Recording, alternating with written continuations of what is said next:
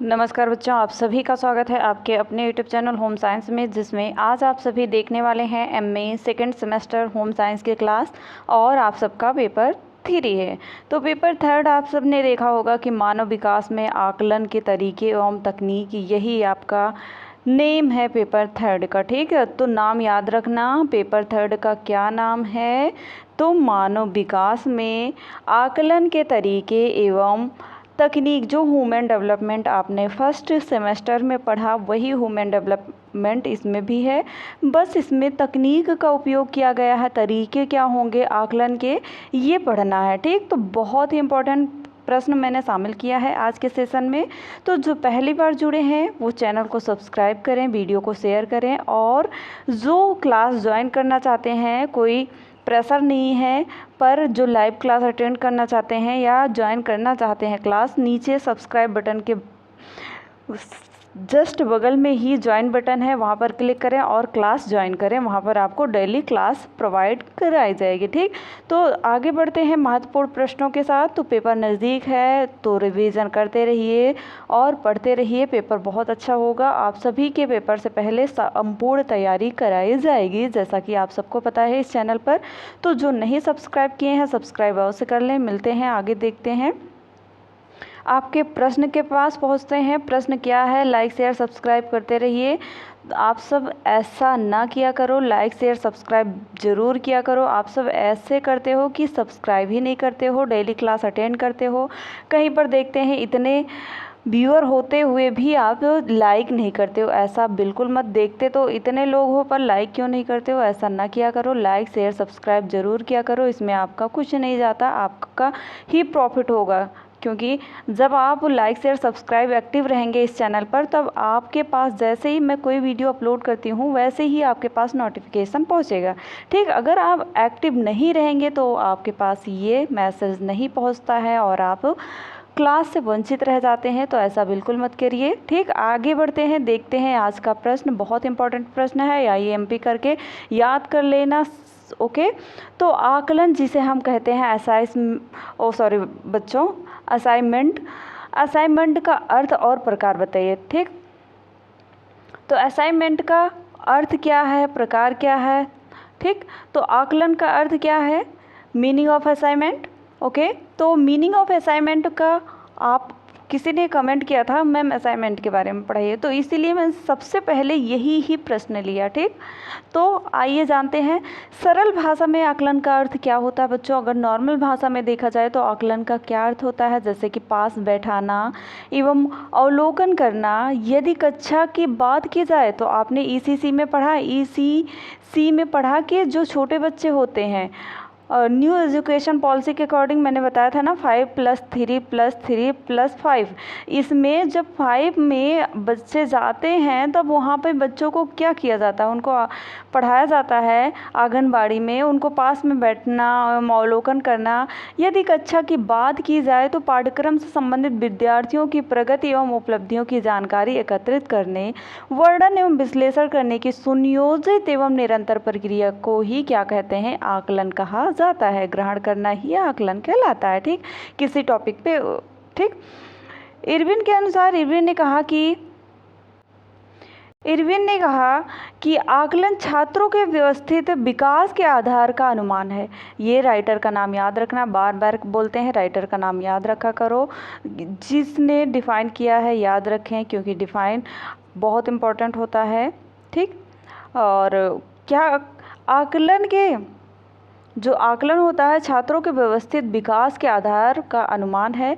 यह किसी भी वस्तु को परिभाषित कर चयन, रचना, संग्रहण, विश्लेषण, व्याख्या और सूचना का उपयुक्त प्रयोग कर छात्र विकास तथा अधिगम को बढ़ाने की प्रक्रिया होती है। ठीक, आकलन के प्रकार जानते हैं। आकलन कितने प्रकार के होते हैं? Type of assignment. ओके, तो टाइप ऑफ असाइनमेंट कौन कौन से हैं? फर्स्ट आता है आपका, स्क्रीन पर देख पा रहे हैं, विद्यार्थियों की उपलब्धि को ज्ञात करते समय अध्यापक द्वारा किसी मानक के विरुद्ध मूल्य निर्णय करना आकलन कहलाता है। प्रक्रिया के आधार पर आकलन का 2 वर्गों में वर्गीकृत किया गया है। पहला होता है भौतिक आकलन, दूसरा होता है मानसिक आकलन। ये 2 आकलन होते हैं, याद रखना। भौतिक जो होते हैं आकलन और मानसिक आकलन होते हैं। भौतिक आकलन में क्या आकलन किया जाता है? भौतिक आकलन में भौतिक गुणों को, जैसे कि लंबाई हुई, चौड़ाई हुई, ऊंचाई हुई एवं भार क्या है आदि को मापा जाता है। इस आकलन को परिमाणात्मक आकलन भी कहते हैं। इसमें क्या होता है? परिणाम प्राप्त होता है, इसीलिए इसे परिणामात्मक आकलन भी कहते हैं, क्योंकि लंबाई, चौड़ाई, ऊंचाई और भार को मापा जाता है। यहीं पर मानसिक आकलन क्या होता है, आइए जानते हैं। मानसिक आकलन जो होता है मानसिक क्रियाओं जैसे बुद्धि, ठीक, रुचि, उपलब्धि एवं अभियोग्यता आदि का आकलन किया जाता है। जहाँ पर क्या होता है, यह गुणात्मक आकलन भी कहलाता है। क्या कहलाता है? गुणात्मक आकलन, क्योंकि गुणों का आकलन किया जाता है। बच्चे में क्या क्या टैलेंट है, क्या क्या गुण है, क्योंकि यहाँ पे कोई भार मापा नहीं जाएगा, तो ये मानसिक रूप से होता है। ठीक, इसकी कोई क्वांटिटी नहीं होती है। किसी के अंदर ज़्यादा होता है, ज़्यादा रुचि होती है किसी कार्य को लेकर, किसी के अंदर बुद्धि लब्धि ज़्यादा पाई जाती है, किसी के अंदर कम पाई जाती है, तो यह मानसिक आकलन के अंतर्गत आता है। ठीक, तो आइए सेकंड क्वेश्चन देखते हैं। सेकंड प्रश्न है आकलन की विशेषताओं का वर्णन कीजिए। तो वेरी इंपॉर्टेंट है, कैरेक्टरिस्टिक ऑफ असाइनमेंट। ओके, तो कैरेक्टरिस्टिक में आपको क्या पढ़ना है, तो आइए जानते हैं कैरेक्टरिस्टिक क्या है आकलन के।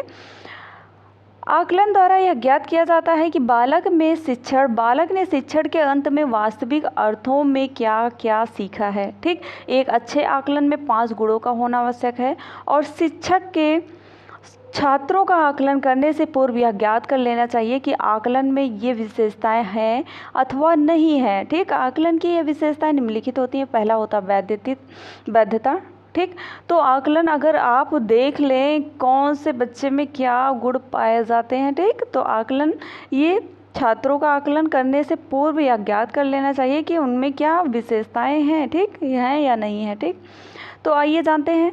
फर्स्ट आता है वैधता। वैधता में क्या होता है? वैध आकलन वही होता है जो वास्तव में उन्हीं उद्देश्यों का आकलन करे जिसे क्या होता है, उद्देश्य के लिए उसका निर्माण किया गया है। लेकिन शिक्षक प्रायः ऐसे प्रश्नों को बच्चों से पूछने लगते हैं कि प्रमाणिक नहीं होते हैं। ठीक, ऐसे भी प्रश्न पूछे जाते हैं। टीचर ऐसे प्रश्न कर लेते हैं स्कूल में कि वो प्रमाणिक नहीं है, वो आपके सिलेबस से नहीं है, बच्चे से वो नहीं पूछा जा सकता, क्योंकि बच्चे वो डिफाइन नहीं कर सकते, तो ये गलत है। ठीक, उदाहरण के लिए जैसे यदि छात्रों के कुछ बिंदुओं को याद करने की शक्ति को जांचने हैं तो प्रश्न बनाना है, तो ऐसे प्रश्न बना दिए जाएं जो उनकी तर्क शक्ति को जांचें। कुछ ऐसे प्रश्न दिए जाएं जो उनके अकॉर्डिंग हो और उनकी तर्क शक्ति जो इस पर कार्य कर सके वो आसानी से बता सकें। ठीक, नेक्स्ट आता है विश्वसनीयता। वेरी इंपॉर्टेंट है।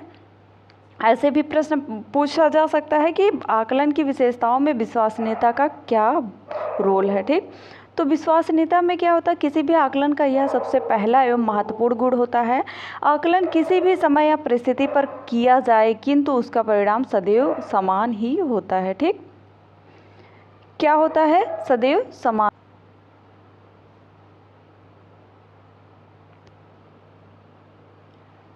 होना चाहिए। ठीक, तभी क्या होगा कि वो विश्वसनीय कहलाएगा। विश्वसनीय सामग्री वही है जिसमें एक स्तर के विद्यार्थी पुनः पुनः परीक्षा में लगभग एक समान उत्तर देते हैं। शिक्षक किसी भी योग्यता का हो, आकलन प्रायः एक ही समान होना चाहिए। अगर शिक्षक द्वारा एक ही आकलन है तो अलग अलग अंक प्रदान किए जा रहे हैं तो ऐसा आकलन विश्वसनीय आकलन नहीं कहलाता है। ठीक, नेक्स्ट आता है व्यवहारिकता। वेरी इंपॉर्टेंट है व्यवहारिकता। उसके बाद मानकीकरण। ठीक, व्यवहारिकता में क्या होता है? आकलन लागत, समय और सरलता की दृष्टि से वास्तविक, व्यवहारिक एवं कुशल होना चाहिए। क्या होता है? वास्तविक, व्यवहारिक एवं कुशल होना चाहिए। ऐसा भी हो सकता है कभी कभी कि आकलन का कोई तरीका आदर्श हो किंतु उसे व्यवहार में न लाया जा सके। ऐसे तरीकों को भी नहीं अपनाना चाहिए।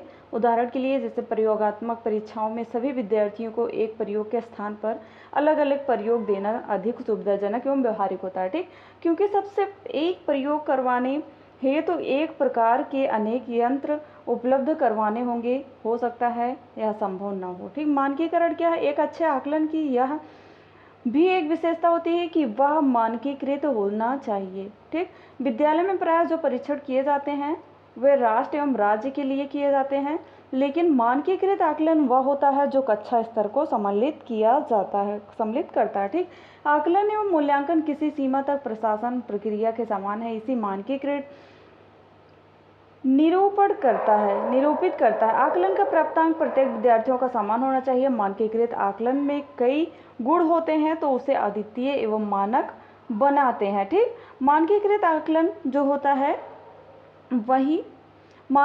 आकलन वही होता है जो विद्यार्थियों को एक समय सीमा, ठीक, समान प्रकार के प्रश्न समान निर्देशों को दिए जाएं और जिससे छात्र अंक अर्जित करें। ठीक, उसके बाद उपयोगिता क्या है? आकलन विद्यार्थियों के लिए उपयोगी भी होना चाहिए। आकलन से प्राप्त परिणामों को छात्रों को बता देना चाहिए जिससे क्या हो, वो कमियों में सुधार करें।